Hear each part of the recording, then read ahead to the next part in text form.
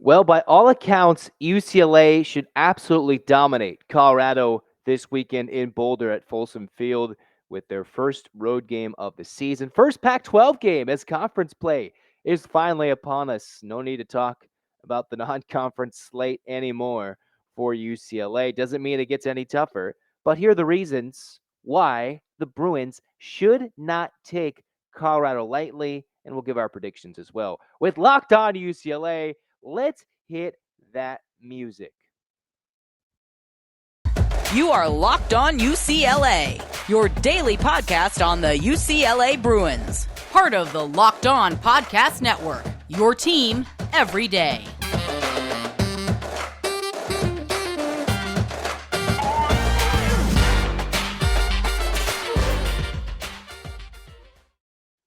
Hey, everybody, it's your favorite host, Zach Anderson-Yoxsimer. As you see, if you're watching on YouTube, there's my Twitter. If you want to follow, you can go follow the show Twitter at Locked On Bruins. We'll post our instant post-game reaction about a minute long after the Bruins hopefully take care of business against Colorado this weekend. Thanks for making Locked On UCLA your first listen each and every day. It's free wherever you get your podcasts, Odyssey, Spotify, whether it is also, where am I blinking? Somewhere else, Apple Podcasts, wherever you get your podcasts.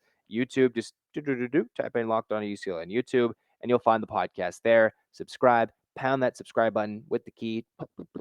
Also, comment. I like hearing your thoughts.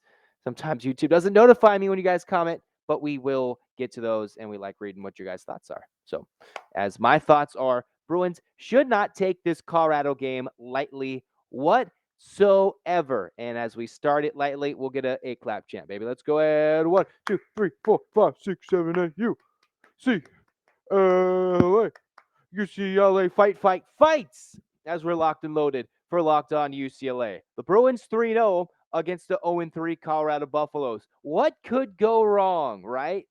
Well, many things, starting with namely losing anybody due to injury, anybody just simply losing it all, whatever it is. The Bruins, they just need to come out healthy, ready to go. They have a short week next week, come away with the win. So we'll start with our reasons why the Bruins need to take this Colorado game seriously. And I know I saw quotes about they're taking this like they're playing Alabama this week. Alabama, or maybe that was last week, whatever it was. They're preparing like they're against the biggest name program in the nation. They're taking this seriously for all accounts and purposes. And after last week's performance, some impressed, some very, very disappointed, a lot disappointed, whether it be the fan turnout, whether it be in the Bruins play. Maybe we're shocked. Are the Bruins as good as we think? Well, this week should tell us, hey, at least they can beat the opponents on their schedule, which can lead them almost more than halfway to bowl eligibility at the worst. One, Colorado is playing for, theoretically, you would think the players are, at least Carl Durrell, coaching for his job. He did have this statement. We keep talking about it. The AD for Colorado released the statement, which almost always means, yeah, you're relieved of duties, but a statement on social media saying, hey, it's one of support. He's good for now through this UCLA week, I think, regardless of what happens, but it's a statement of support, not a statement of security. A little different there, not a state of security for Carl Durrell. And what's important to note for a team that may be playing for their coach, it's in Boulder. The players tend to love the community there. For the Bruins, UCLA, against Carl Durrell, they have not always fared so well. They've been played tough by these Buffaloes the last couple years, last 6 years, if you go to every matchup in Boulder dating back to 2014.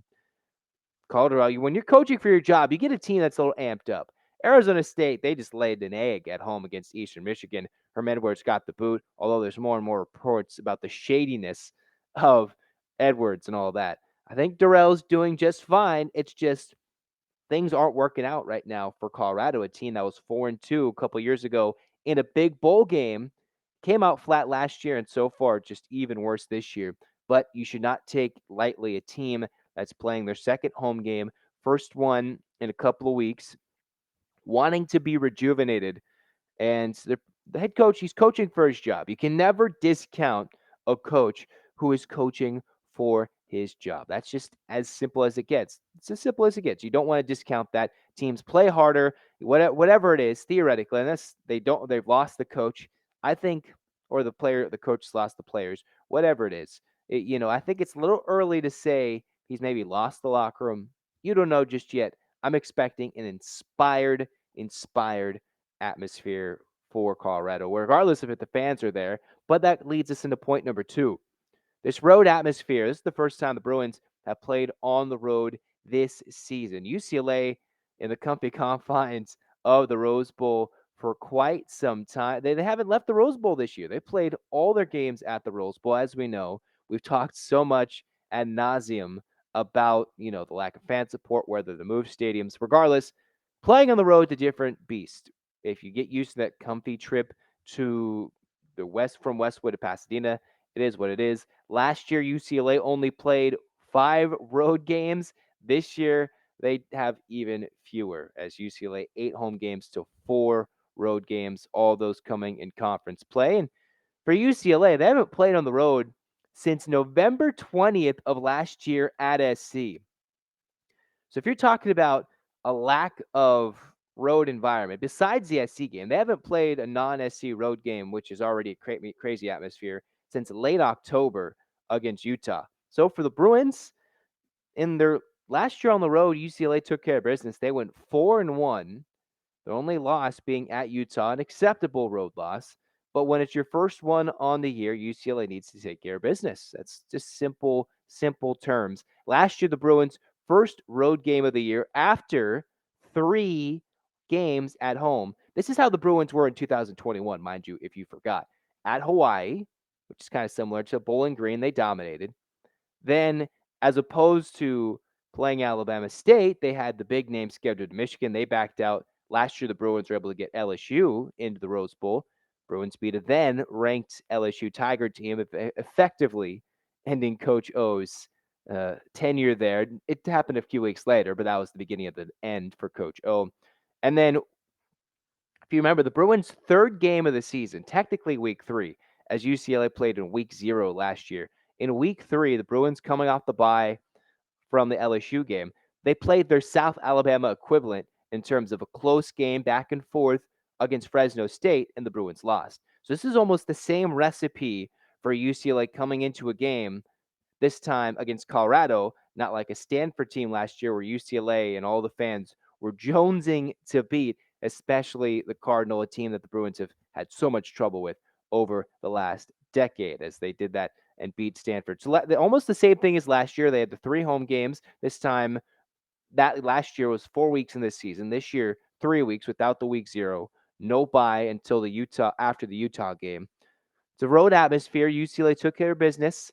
Maybe for whatever it's worth, they play better on the road. The atmosphere gets them going, but it's always tough playing your first road game, and especially in Boulder. They haven't won since 2014. It is what it is. Final point of why UCLA should not take this Colorado team lightly. Well, last year, Colorado actually went to the Rose Bowl and led the Bruins by 13 points in the second quarter. Took a late bar mirror field goal right before the half to put it to a 10-point deficit at halftime. So this is pretty much an almost, similar type Colorado roster. I know they're missing a great tailback. They had Fontenot last year who scored 2 touchdowns. He's out. Quarterbacks, a lot of questions for the Buffaloes, although they still have their quarterback from last year who played against UCLA. He's not in the starting mix just yet, but he played against the Bruins. And Colorado they were winning by 10 at the half for the Bruins, like they've done in each of the first weeks this season. Maybe this was a trend going forward for the rest of the season. I think it was for Chip Kelly. That Colorado game last year was in late November. The Bruins have dominated second halves. But UCLA, they were, last year, they were on the ropes a little bit before a dominant second half. UCLA, against Colorado, they needed a home dominant second half against a crowd of 36,000. The Rose Bowl keyed that end of season winning streak. It's parlayed into this year. And for the Bruins, looking for their 4th straight win to open up the year, get 4-0. But those are my reasons. Head coach playing for a job, first road game, and last year they struggled with this team at home, a team that is looking for a marquee moment, which they would love to spoil UCLA's season. And we've seen UCLA stumble at times with these opponents thus far, making silly mistakes. throughout each of the first 3 games, regardless of who's on the field. Anybody who's been on the field has probably made a mistake of some way, some form. A lot would fall on special teams week 1. Week 2, you saw DTR, no Charbonnet. Garber's made some mistakes. Last week, you could say the defense, they had some problems. The offense had problems. Whatever it is, UCLA cannot take Colorado lightly. But there is reason for hope. So we'll talk about that next. We get the good coming up next. But first, let's talk about Underdog Fantasy. This episode is brought to you by Underdog Fantasy, the easiest way, the easiest place to spice up the college football season. It gets spicy. Let's listen. You can go find ways to just pick between 2 to 5 players across any team for your pick'ems. It's not like just your team. You can decide if they finish higher or lower. It's easy to play, and it's available in over 30 states with your pick'ems. It's one of the easiest fantasy places to play games out there, and you can win cold hard cash in a single game in a single day. Meanwhile, just sign up with the promo code Locked On, one word, Locked On, and Underdog will double your first deposit up to $100. Deposit $100, get $100 free. Go to UnderdogFantasy.com right now or look for the Underdog Fantasy app in either the App Store or Google Play Store. Again, that's Underdog Fantasy, promo code Locked On, and you can get that promo with the $100 deposit. Get in on the college football pick'em action today. It's a fun way to play. The fun way to play for the Bruins as we move on to segment 2 of Locked On UCLA. Thanks for moving. The reasons why UCLA should succeed, despite what seemingly looks like a Zach Charbonnet missed game again. He is a game time decision, but for a Colorado team that is horrendous at defending the run this year, brought this up before, but about 348 yards per game rushing for the Buffaloes they give up defensively. So UCLA last year, they put up 200 yards rushing on the grounds. And when the Bruins rush for over 200 yards, especially under Chip Kelly, exclusively win the game 90 billion% of the time, it seems like. If UCLA can run for over 200 yards, boy, oh boy, well on their way to an easy win. If they can run for 300 yards, the score may be ugly. That's the case. That's simply the case that we're facing with this UCLA team for this UCLA team going forward. They should be fine even without a potential Charbonnet. Is there a possibility we see Garbers? Who knows? We'll see what happens for UCLA. So keys for success. Even when I was noting last year with UCLA when they played Colorado since this Utah loss of late October of last year in Salt Lake when they had back-to-back losses against Oregon and against Utah, UCLA has absolutely dominated second half of games. This is a team that started off the winning streak against Colorado, coming into now their second matchup against Colorado from 2021 to 2022. UCLA, their second half has been dynamite in these last end of the season, beginning of this season, outscoring Colorado 34-0. We all remember what the Bruins did to USC last year, 34-16, completely flipping the script, what was a semi-close game, and running away with it. Against Cal, UCLA outscoring the Golden Bears 25-0. 25-0 in a game that was a 3-point game at halftime against the Golden Bears, what was last year's season finale. We can go over the stats with the Bowling Green game again. UCLA dominating this Falcons team in week 1. They scored, I'm trying to pull it up right here, but for UCLA, they were absolutely fantastic so far in the second half of games. I believe the number was 54-14. They've outscored teams in the second half. So if you do the math, somewhere along the lines of like 110 to like 30 in the second half. Chip Kelly and this UCLA team, despite all the reasons I've said to be worried about this team, not worried, but just make sure they don't take Colorado lightly. UCLA has absolutely, in the second half, something happens in the locker room. We remember those Jim Mora days where UCLA was coming off of Carl Durrell coaching and then Rick Neuheisel. The program was kind of mediocrity. UCLA brought some moxie, and they all of a sudden had some crazy second halves with Jim Mora. And now it's transitioned finally into year 4 and into year 5 for Chip Kelly, where this team has some similar strong second halves. So we should expect for this Bruin team, maybe it could be a sloppy first half, but strong second half, strong closeouts, starting with this winning streak and continuing it on. As much as we don't like how the Bruins have started, the way they've closed out games this year has been impressive. Very impressive. You can't deny that for UCLA. That's just is what it is. But enough fluff. Let's get to my prediction. What do we think UCLA is going to do this week against Colorado on Locked On UCLA? Well, here we go. This is what the actual prediction is. I think UCLA wins the coin toss. Yeah, we're getting detailed. We're getting truly detailed. UCLA wins the coin toss. Then I say they go down, they take the football, and they score a touchdown. Simple as that. Who knows? I do think Colorado will get on the scoreboard. I'm not sure the defense will post a shutout. They've looked well in moments, and there's every reason for success. Colorado without a key tailback and Fontenot, 3 quarterbacks taking first team reps, an offense that's just looked absolutely. There's no nice words to put it. You can just kind of leave it there. The offense speaks for itself. They've only scored 30 points in 3 games for Colorado. UCLA should dominate. I think this is a game UCLA controls from start to finish, easily, within a 4-score margin. I don't think UCLA goes up big, especially against the former UCLA head coach and a former Bruin with Carl Durrell on the other side, even though UCLA wants to take it to the Buffaloes and prove that they should be a ranked team come that Washington matchup next week. I think UCLA wins this by 18 points. And you would say, Zach, they should probably win this by a lot more.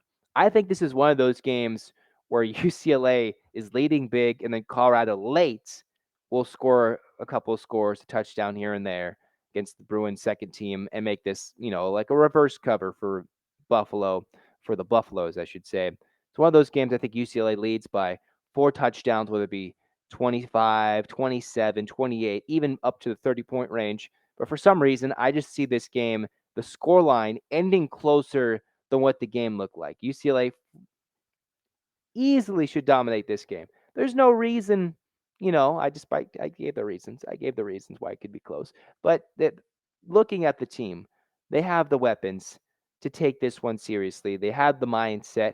And even if it doesn't look that way in the first half, the Bruins would love to ensure that the Buffaloes are put in their misery. They continue their misery.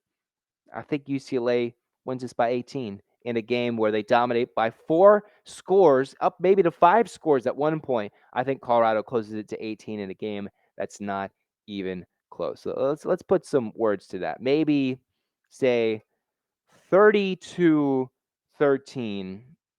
Could be even more, could be even less. 32-13 in a game where 35-7 where Colorado scores late. I don't know. Matt's just not being my strong suit today. It's a sleepy day. We're all getting excited for Locked On UCLA for the Bruins in Colorado, but I think it's one of those games where UCLA in control. They can easily put up 40 plus points. Is that what's going to happen? I think they take their foot off the gas pedal, but truly start to finish, I think they dominate this game. They should. If this is a team that wants to be 4-0 and compete in the Pac-12, there's no reason they should walk out of Boulder without dominating, absolutely obliterating Colorado. We've seen crazy college football upsets. We've seen them already in this season. FCS taking down FBS. We've seen the Sun Belt teams go in and, take down big, opponents. Whatever it is. UCLA should win this game. I think by 18 points because I'm being funky with numbers, but an 18-point win where Colorado scores late and finally ends that UCLA fourth quarter shutout streak that they've had through these last few games during the winning streak. I think that's the reason why Colorado can cover and score some points late just against the UCLA's third teamers, second teamers against the rest of their travel squad. That's why I think this game will be a little closer on the scoreboard than the game actually is. It might be interesting, say, no Charbonnet, a couple of turnovers, and everything goes wrong. But as I mentioned before, UCLA played down to their competition last year against Colorado at home and turned on the gas, just turned it on. Turn on the jet fuel. UCLA should win this going forward. That's going to do it for Locked On UCLA. We'll come back with our instant reaction over the weekend. We'll post that on Twitter. Like, comment, subscribe. We'll react on the Monday episode what we think about the Bruins. And it's a short week, so we got to get right to it with Washington coming to town next week to the Rose Bowl, a Friday night primetime showdown. Hopefully the Bruins take care of business, stay healthy, look good doing it, and improve to 4-0. So Bruin fans, get that A clap in the air. And 1, 2, 3, 4, 5, 6, 7, 8, UCLA. UCLA, fight, fight, fight. Go make Locked On Pac-12 your second listen with host Spencer McLaughlin. Good show. Always goes up and down the conference. I know the Bruins are still moving to the Big Ten, but Locked On Pac-12 is a good show for as long as the Bruins are still in the conference. The Bruins looking to make it to the Rose Bowl. Week 1 of conference play is here. Go Bruins. This has been Locked On UCLA.